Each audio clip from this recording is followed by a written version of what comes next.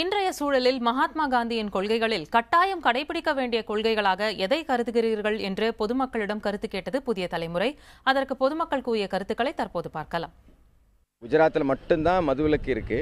ஆனால் இந்தியா முழுவதும், குஜராத்தில் இருக்கிற மாதிரி இந்தியா முழுவதும் வந்தால் தான் உண்மையிலேயே நாம் காந்திய தேசத்தந்தை இல்லை மகாத்மான்னு சொல்றதுக்கு உண்மையான அர்த்தமாகும். காந்தி கொள்கைகளில் முக்கியமான அம்சம் மத நல்லிணக்கம். மத நல்லிணக்கத்தை நம்ம இந்தியா பூரா கடைபிடிக்கும். காந்தியடிகள் அன்னைக்கு சொல்லியிருந்தாங்க, நள்ளிரவில் என்னைக்கு பெண்கள் தன்னந்தனியாக போகிறாங்களோ அன்னைக்கு தான் இந்தியாவுக்கு உண்மையான சுதந்திரம்னு சொல்லியிருந்தாங்க.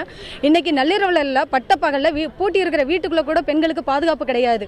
அதுவும் இல்லாமல் இன்னைக்கு பெண்கள் பெற்ற தகப்பனாலையும் கூட பிறந்த சகோதரர்களாலையும் சக மனிதர்களாலையும் இன்னைக்கு பாதுகாப்பு இல்லாத சூழ்நிலையில் இன்னைக்கு அதாவது கலாச்சார சீரழிவுக்கு நம்ம தள்ளப்பட்டிருக்கோம்.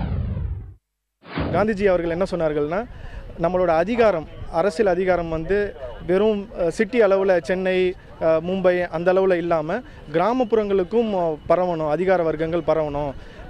இந்தியாவில் பொறுத்த வரைக்கும் 7 லட்சம் கிராமங்கள் இருக்குது. இந்த அதிகாரங்கள் எல்லாம் பரவலாக கிராமம் வரைக்கும் போயிருந்தேன்னா அவங்களுக்கு உண்மையான ஜனநாயகம் கிடைச்சிருக்கும், அவங்கவுங்க தேவைகளை பூர்த்தி செஞ்சுருப்பாங்கன்னு. ஆனால் நாட்டில் இப்போ அது மாதிரி நடக்குதான்றது எனக்கு தெரியல. காந்தி என்பது வேற, காந்தியடிகளோட கொள்கைகள் காந்தியம் என்னவாங்க. ஸோ காந்தியடிகள் நோட்டில் தான் மட்டும்தான் இருக்காரு. காந்தியம் என்றது நம்ம எல்லா அரசியல்வாதிகள் எல்லாமே இருக்கட்டும், வாயளவு தான் சொல்லியிருக்கட்டும்.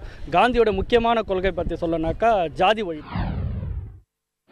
வெளிநாட்டு பொருட்களை நம்ம யூஸ் பண்ணாமல் நம் நாட்டு மேட் இன் இந்தியா பொருட்களை சொன்ன காரணம் என்னன்னா, நம் நாட்டு வளர்ச்சிக்காக.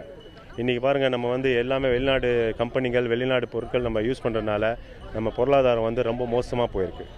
ஸோ மோசமாக போகிற காரணமே வெளிநாட்டு பொருட்கள் தான். இதை நம்ம கண்டிப்பாக எதிர்க்கணும்.